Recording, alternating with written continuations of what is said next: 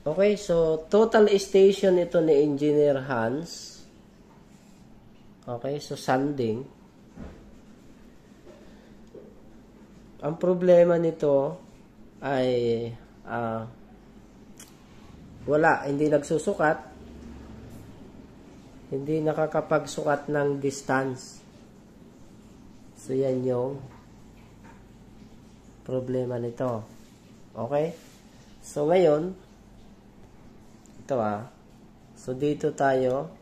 Ito yung mechanism ng EDM. So yan yung mechanism, yan yung CPU board ito. CPU board ng EDM, nandito yung command ng distance. Dito mag-i-emit yung diode, no? Yung infrared para makapagsukat ng distance, makabato sa prism at makabalik yung waveform. So ito yung motor, okay? So ito yung motor. Yan yung sector motor, gray winds motor. Okay? So, yun yung mechanism niya. Kaya hindi siya nagsusukat dahil dito may problema to. So, yung command nito, bakit di nagsusukat? Yung intensity nito ng frequency ay hindi na enough para magbigay ng command doon sa distance niya at i-send niya rito sa mga motor. Kaya, ito, tingnan natin. Silipin ko lang yun yung prism. So, ito, sisilipin lang natin yan, engineer Ito, so, teka. Silipin ko lang muna. Silipin ko muna. At, teka. Focus ko. At ipakita natin sa inyo kung ano ang resulta, ano talaga ang status nito. Okay, balik tayo sa screen display.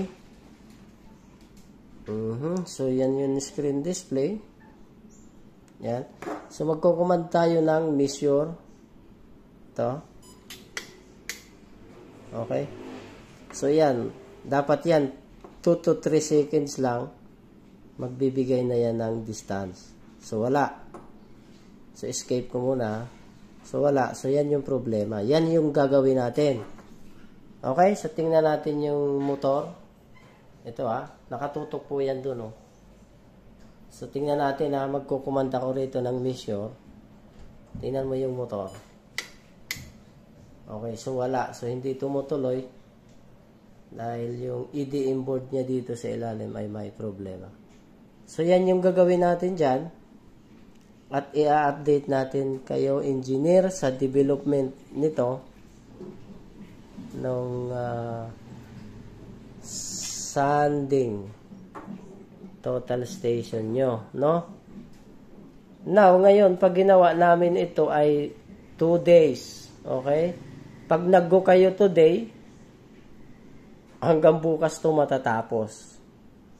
Okay? So, ayun, ibibigay namin sa inyo itong update ng video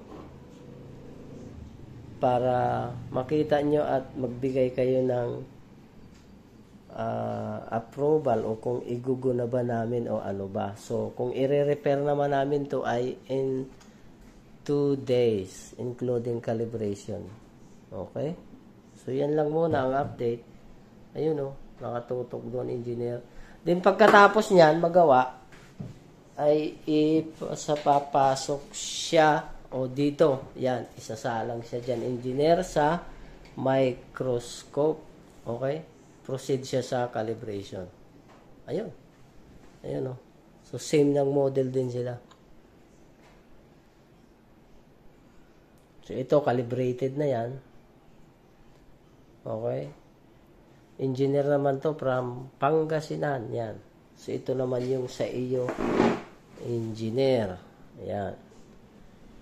Ayun. So, iba pa yung nandun. Ayun, may mga sanding din doon.